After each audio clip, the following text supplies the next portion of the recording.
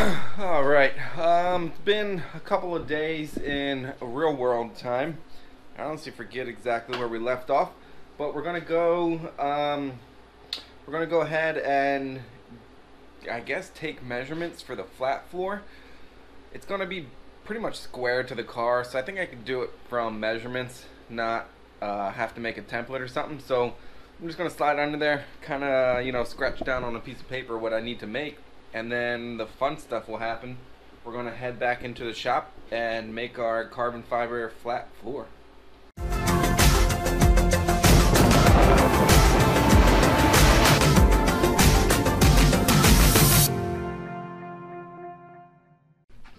Alright, so here's my dimensions for just the left half. The right half is just going to be a mirror of it. So we're going to go ahead and cut out our foam and get it laid up.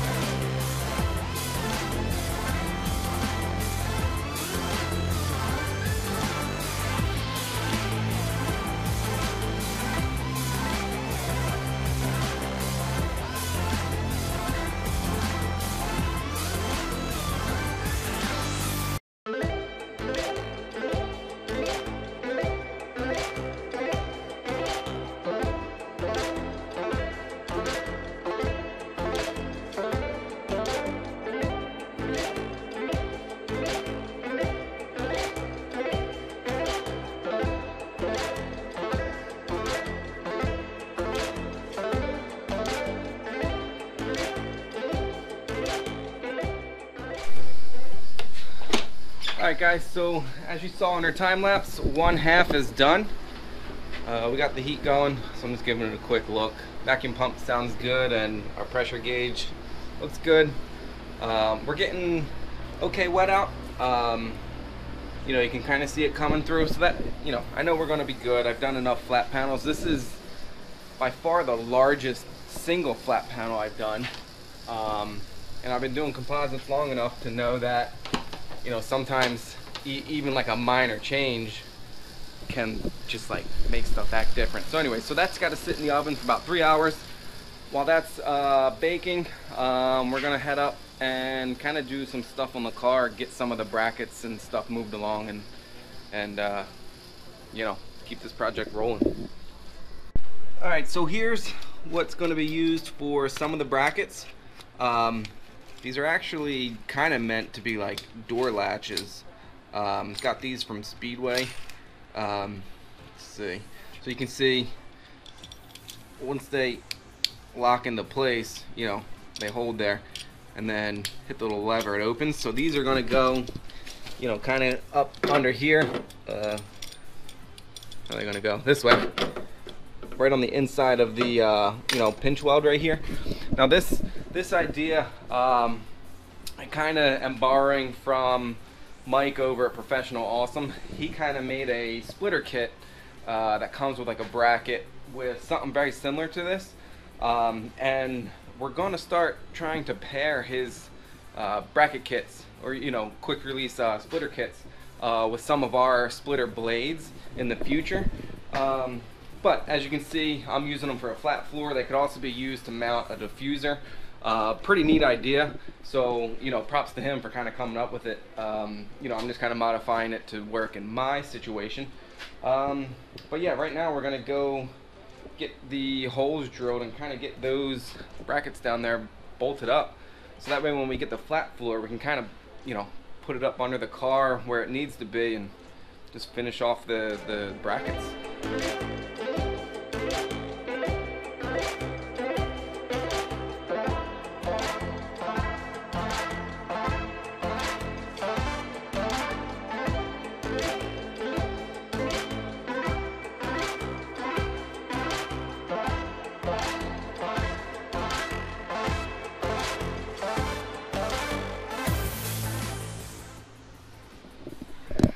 Alright guys, so I got them hooked up, and we'll hop under here to this rear one. It's a little bit easiest to see. So it was locked right there. I need to come up with some sort of bracket that holds you know, some sort of like striker or something in there. As you can see, it gets really tight with the gap right here. So this is just a bolt I grabbed to kind of like mimic it. So that's kind of where that guy's gonna come in. I picked up a mini mill to go with my mini lathe. I'm gonna need to come up with some sort of I don't know, latch, or I guess we'll call it a striker mechanism that's pretty narrow to slide right up in there. If I had a little more space, it would be a little bit easier. I could just use like a bolt in like a U bracket that goes up. So it'll be something similar to that, just you know, a little bit smaller, I guess. I don't really know how to explain it. So you know, they're bolted up. The flat floor is still curing, so I kind of hit a little bit of like a thinking stage right now. But yeah, you can kind of see how they're gonna work. I'll see what I come up with. Alright, so funny enough, as I was kind of getting ready to make my next move, this metal showed up, which I got from, where'd they go? I got from, oh, what the heck's it called? onlinemetals.com. I'll put a link down below. They seem to have pretty good prices on like short run stuff. So I got some square stock, what's that, 3/8 and 1/2 inch. This is going to be the bulk of the bracket I had in mind, and then this 1/2 inch you know, aluminum rod. You'll see what we do with that. So I took this guy off so you can kind of see. So here's our 1/2 inch rod, and you can see pretty much a 1/2 inch rod fits in there pretty snugly. So a combination of that 1 inch by 2 inch and this 1/2 inch rod and a little bit of hardware, and we should be good. So my idea is, this is from our last video. If you haven't watched that, I'll put a tag of that right up there. But that 1 inch by 2 inch, I'm gonna kind of cut like a little sliver off like this.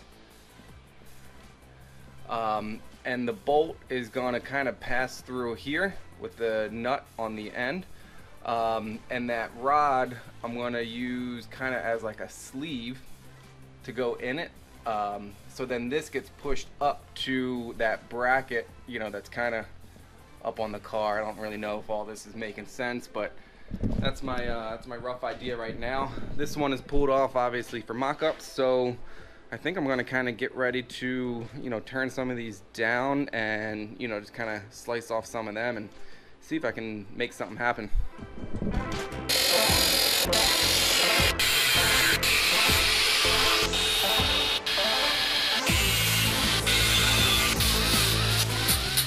Alright, so before I fall in love with it too much, so you can kind of see how it's going to work. Once the rod is in here, it'll kind of hit that and enclose it. You can see it goes around nicely.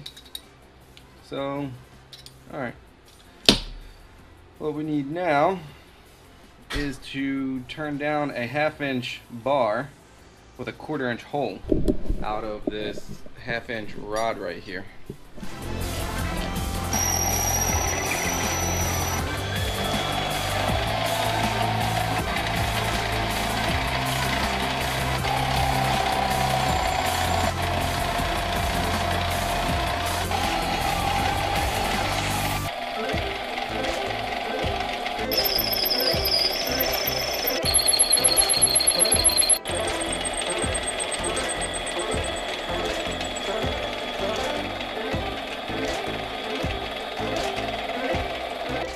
There we go, 1 of 6 spacers ready.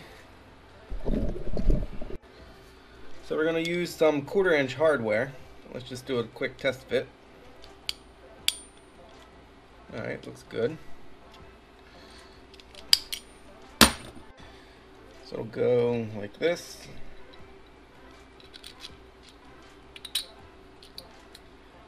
Like that. So this will be attached to the splitter. This is obviously up on the car. There we go. It's locked in. So I think that's pretty good. We got a little bit of leeway, so that's nice. Doesn't have to be like 100% perfectly lined up. Alright guys, so as you can see, I ended up just double stacking nuts as spacers to push it out a little bit more. And first click, second click, you can see it's locked in there. And then you can also see it's, you know, much higher up than it needs to be. Being shorter is better than being too long, because I can kind of just spacer this down to wherever the splitter might be. So yeah, I'm pretty happy with how these turned out. I just did the one off. So off camera, I'm just gonna bang out the other 5, same exact process.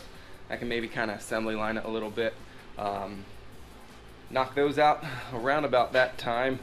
I guess I can maybe go demold the first half of the floor, and I still got to make the whole other half of that. So yeah, I'm gonna just knock out some stuff real quick and then see where we pick up. Alright guys, it is the next day. So here it is, just rolled out of the oven. Looks pretty good. We're gonna go ahead and get it demolded and then immediately lay up the second half.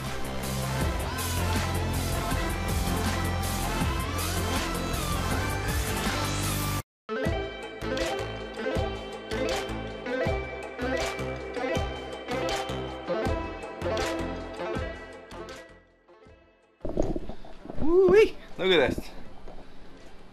I'm gonna wave to myself. So pretty much it's an 80, I ended up doing 81 by 42 solid chunk of carbon reinforced with a structural foam core. So this is the side that will actually face the ground. You'll see what we do to this a little bit later. This will be the side facing up, but man, this is the this is the largest single panel I've ever done, and it turned out freaking awesome. So yeah, I'm excited. I haven't really got this excited in a while, so this is cool. But now I gotta do a whole nother half, so I'm gonna do that off camera because it's the same exact process. And then once that's in the oven, next clip we should pick up back in the you know, the shop working on some brackets. Alright guys, so in the last clip you saw me demold the flat floors. I got both of them sitting right there. And I pulled the peel ply off in strips. So we're going to do a quick little I'll call it a quick little tech tip on peel plies. So generally speaking, you're going to have your blue or almost greenish, teal, whatever color you want to call this, and your white peel ply. White is a polyester fabric with no coating or any release agent on it. It's a little bit harder to demold, hence why I kind of pulled it off in like strips. A lot of times you can kind of just like cut a nick on the edge and just, you know, just do pieces, which is nice sometimes. But sometimes the blue is nice. It doesn't rip like the white, so you can't take it off in pieces. But the blue color is because it has, I believe it's like a nylon spray coating on it or something, and it makes it a lot easier to demold in one piece. So just like anything, a lot of things, there's like more than one way to end up at your end result. I just happen to use white. White is generally a little bit cheaper than the blue stuff, but it's kind of totally up to you. I have both in the shop. They both kind of work better or not in certain parts that we make. So that's it for peel plies. Let's see. Alright guys, so late yesterday we finished all 6 of these. Here it is, pretty much done. All 6 points are ready to go. I kind of demonstrated that yesterday. So now the next thing we wanted kind of tackle is a little hardware mounting project. I already did one of them. Turn this off for a second. But we're going to turn these dome washers, or countersunk washers, whatever you want to call them, into these countersunk washers. The reason we're going to do that is this is just an offcut of splitter, I think. But anyway, the floor is made pretty much the same way. So if this sits on it, you can kind of see how tall it is, where when this goes on it, you can see how flush it is. So we're pretty much just going to use these dome washers, turn down, I don't know, maybe a dozen of them. I'm going to need at least 6 for the quick brackets, and then probably 3 more on the inner brackets. So yeah, I'll turn down at least a dozen of them on the lathe, and by that point we'll be getting close to the floor being cured, and we can kind of trim those and then finally kind of start mocking up all the pieces.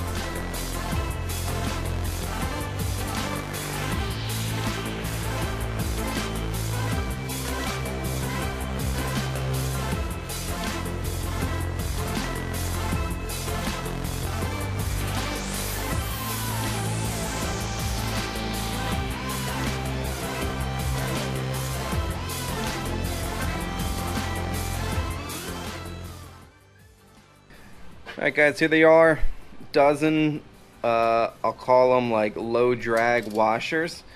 I actually kind of designed these things on a CAD program. I've reached out to a couple people about, cranking out like a couple hundred of these things. If you think something like this might kind of help you mount a splitter, a floor, or a diffuser, let me know. I might pull the trigger on that.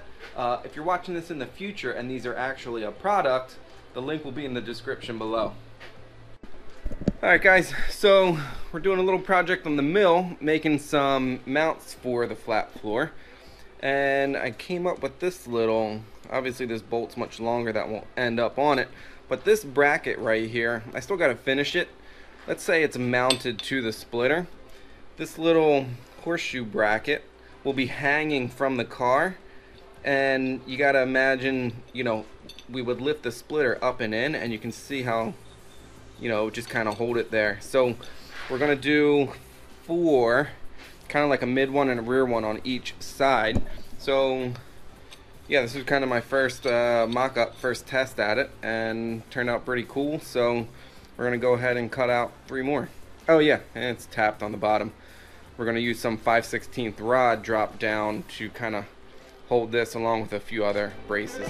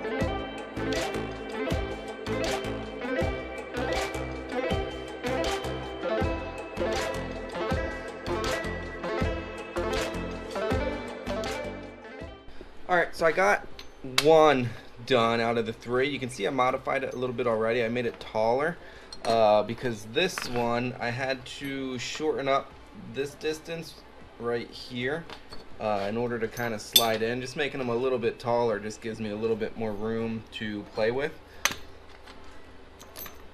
Put a bolt in.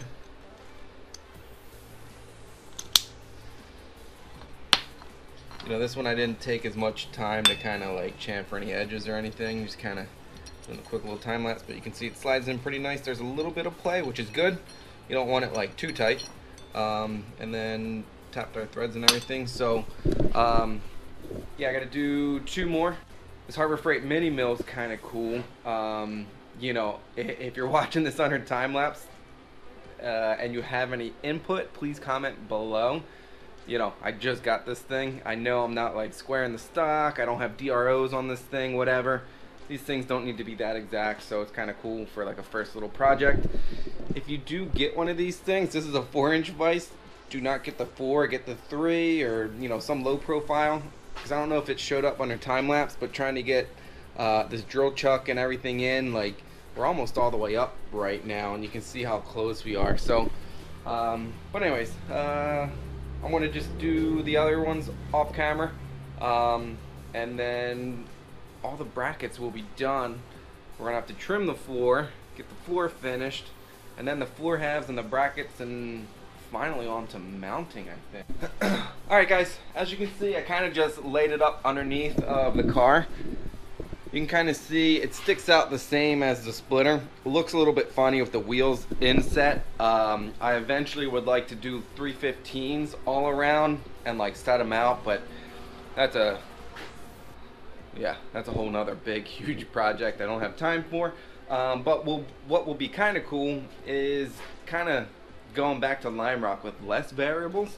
I can kind of quantify the flat floor a little bit better. Now I do have the shocks and springs, but anyway, so let's see. So yeah, so I think this is where I'm gonna wrap up part 1. Part 2 will be all of the mounting of the flat floor and making the little piece that will go from the flat floor, because the diffuser is right around here, so I got about a 2-foot gap I gotta fill up. So that's how I'm gonna break this one up. So that's about it for this one.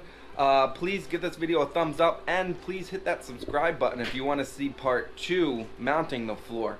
As always guys, thanks for hanging out, and I'll see you in the next one.